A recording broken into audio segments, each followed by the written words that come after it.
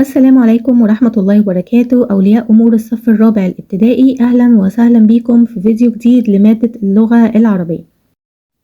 مكملين مع بعض في دروس الوحدة الثالثة، والنهاردة إن شاء الله هناخد مع بعض درس القراءة بعنوان مملكة اللون الواحد. فخليكم معايا وهنبدأ مع بعض شرح الدرس ونقول بسم الله.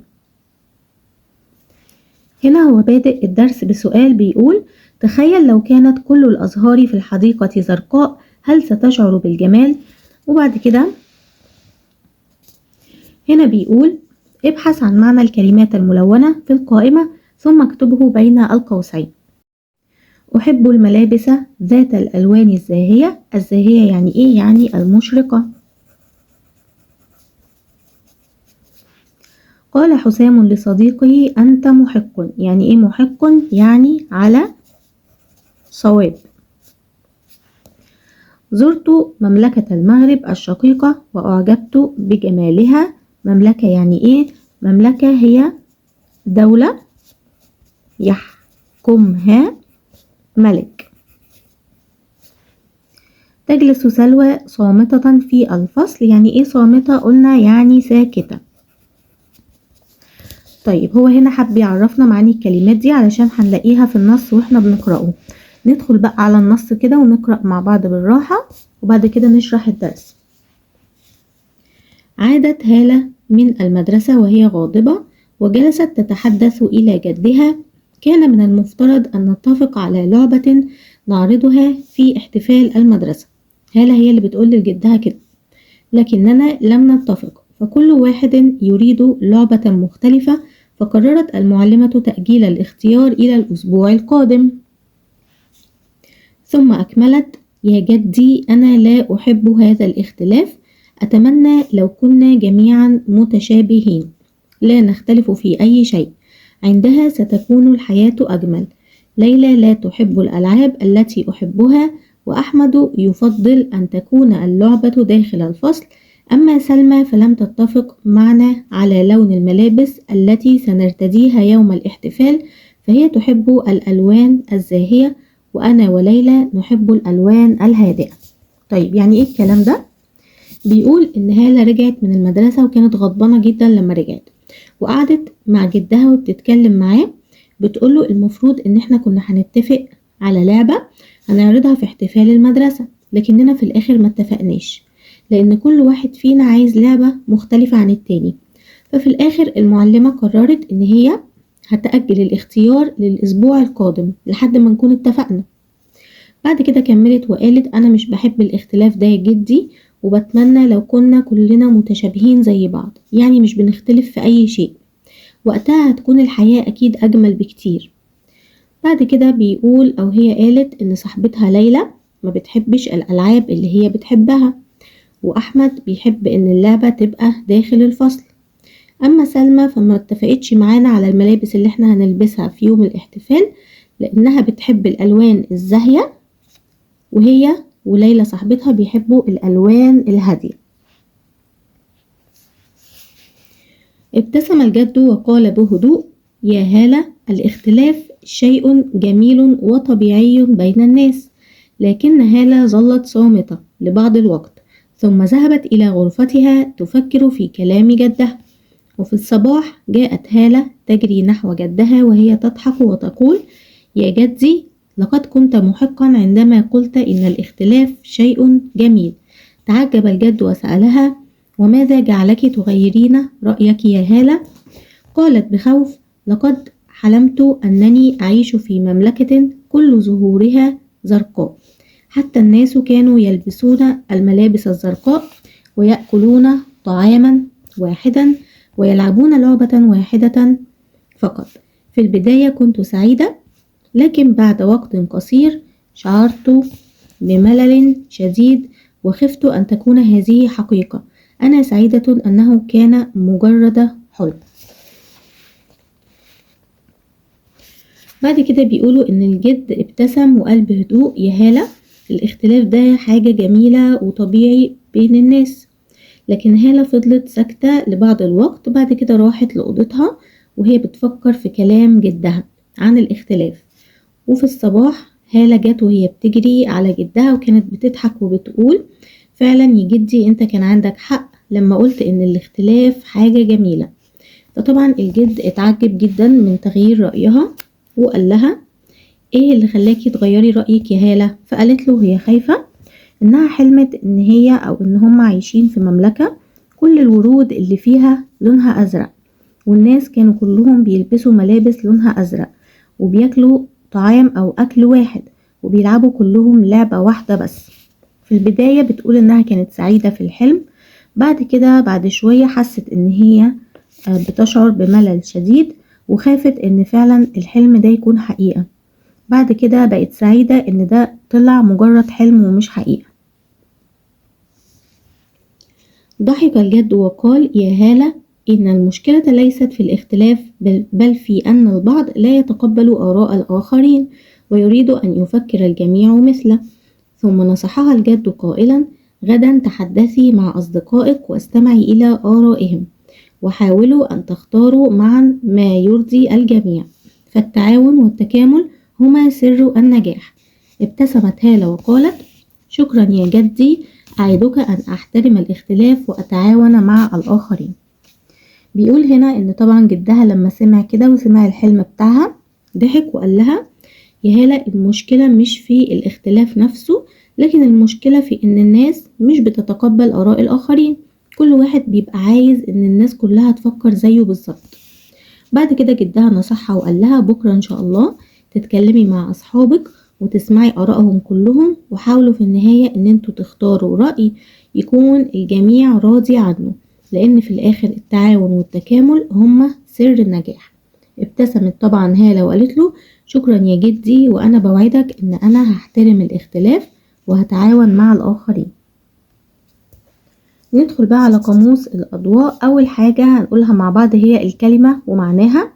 عادت يعني رجعت، أتمنى يعني أريد، نرتدي يعني نلبس، الزاهية يعني المشرقة، صامتة يعني ساكتة، ومحق يعني على صواب. مملكة هي دولة يحكمها ملك.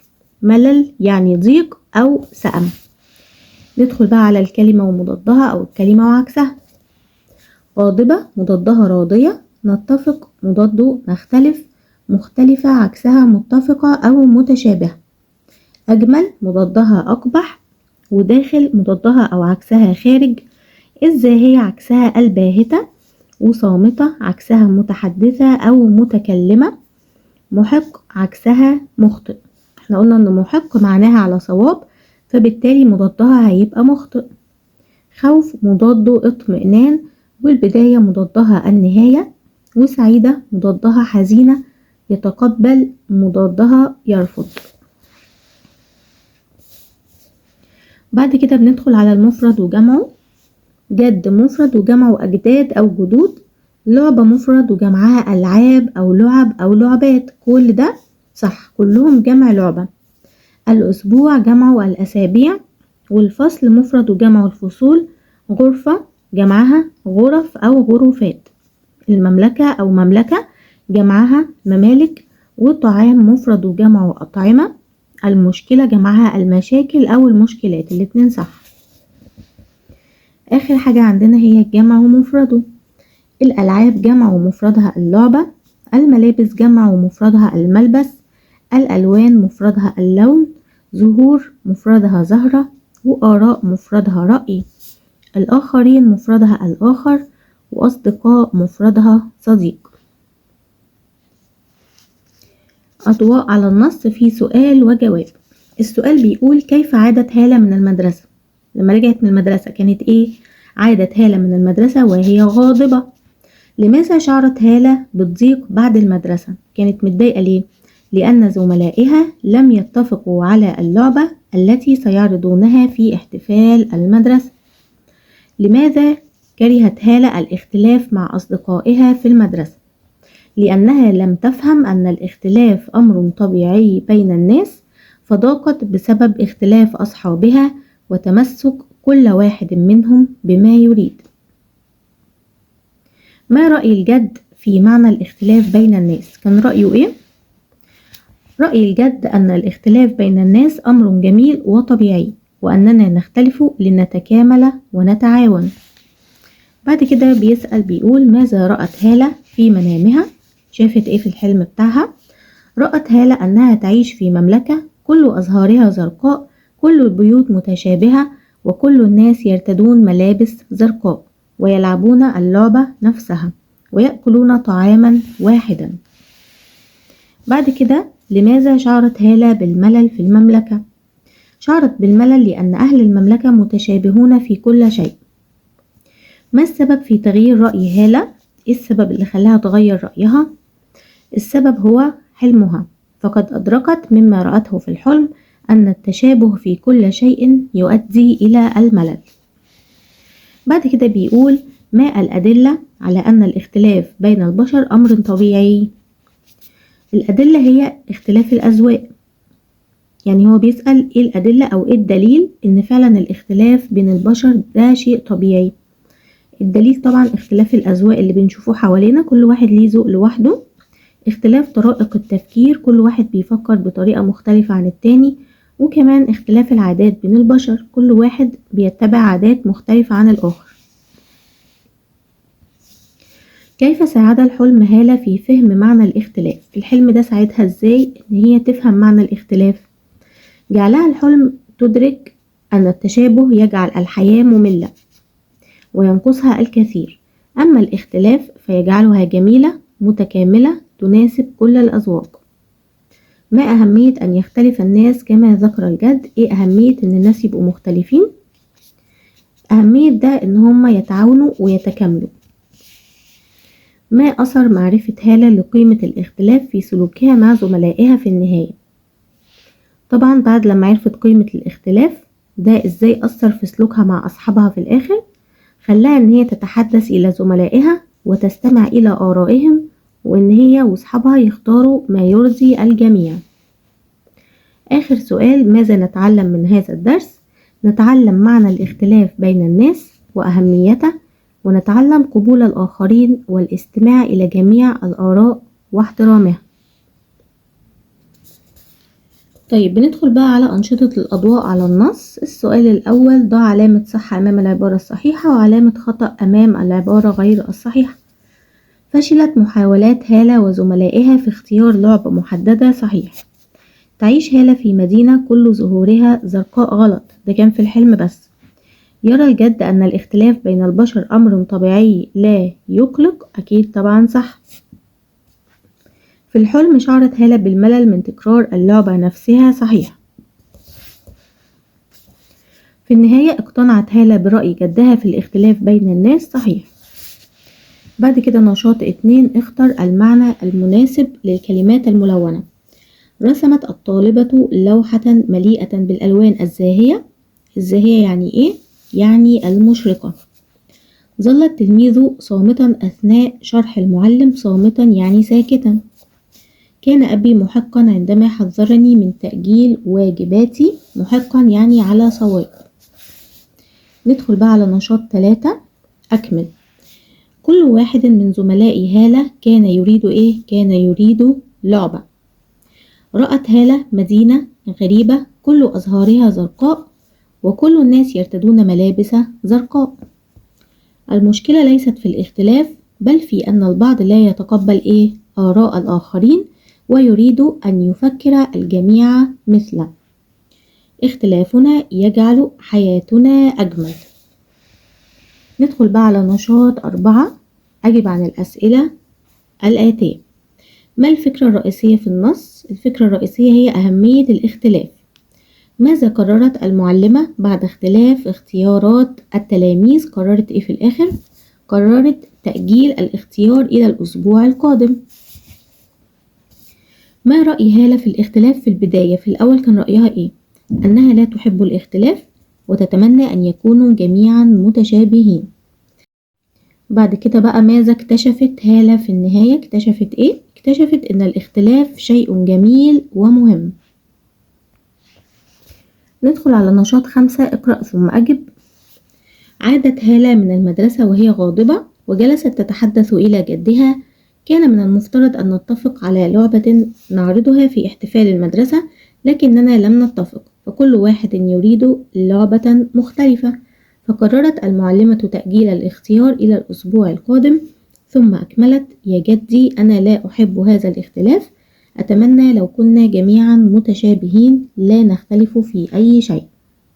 بعد كده بيقول: تخير الإجابة الصحيحة مما بين القوسين. معنى تتحدث يعني تتكلم، مضاد نتفق نختلف. أكمل ما يأتي. عادت هالة من المدرسة وهي إيه؟ وهي غاضبة. بعد كده ضع علامة صح وغلط. حكت هالة شكواها لجدتها أسفة. لا غلط، هي حكت لجدها. كان كل تلميذ يريد لعبة مختلفة. صحيح. وضح من خلال فهمك للفقرة سبب ضيق هالة. كانت متضايقة من إيه؟ لأنهم لم يتفقوا على لعبة، فكل واحد يريد لعبة مختلفة.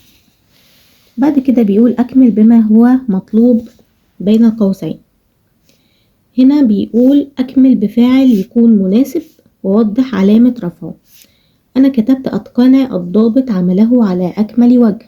ممكن نقول: أتقن العامل، أتقن الدكتور، أتقن المهندس عمله على أكمل وجه. طيب الضابط هنا هو الفاعل لأن هو اللي أتقن عمله، وعلامة رفعه هتبقى الضمة لأنه مفرد. بعد كده المقصر في عمله مكروها من الناس. بيقول: صوب الخطأ النحوي في الجملة السابقة. الخطأ هنا هو في كلمة مكروها، المفروض يكون مكروه بالضمة. ليه؟ لأن المقصر مبتدأ مرفوع وعلامة رفعه الضمة لأنه مفرد، ومكروها أو مكروه هو الخبر بتاع المبتدأ ده، فبالتالي الخبر برضو هيبقى خبر مرفوع وعلامة رفعه الضمة، يبقى ليس مكروها وإنما مكروه بالضمة. بعد كده نشاط 6. اقرأ ثم أجب. ابتسم الجد وقال بهدوء: يا هالة، الاختلاف شيء جميل وطبيعي بين الناس. لكن هالة ظلت صامتة لبعض الوقت، ثم ذهبت إلى غرفتها تفكر في كلام جدها. وفي الصباح جاءت هالة تجري نحو جدها وهي تضحك وتقول: يا جدي، لقد كنت محقا عندما قلت إن الاختلاف شيء جميل. طيب تخير الإجابة الصحيحة. معنى صامتة يعني ساكتة، مضاد جميل هو قبيح. بعد كده سؤال أكمل. الاختلاف شيء إيه؟ شيء جميل وطبيعي بين الناس. ذهبت هالة إلى غرفتها تفكر في كلام جدها. بما أخبرت هالة جدها في الصباح، قالت له إيه الصبح لما صحيت؟ أنه كان محقا عندما قال إن الاختلاف شيء جميل. من خلال فهمك للموضوع دلل على أن طبيعة الكون الاختلاف والتنوع. يعني أذكر الدليل إن فعلا طبيعة الكون هي الاختلاف والتنوع.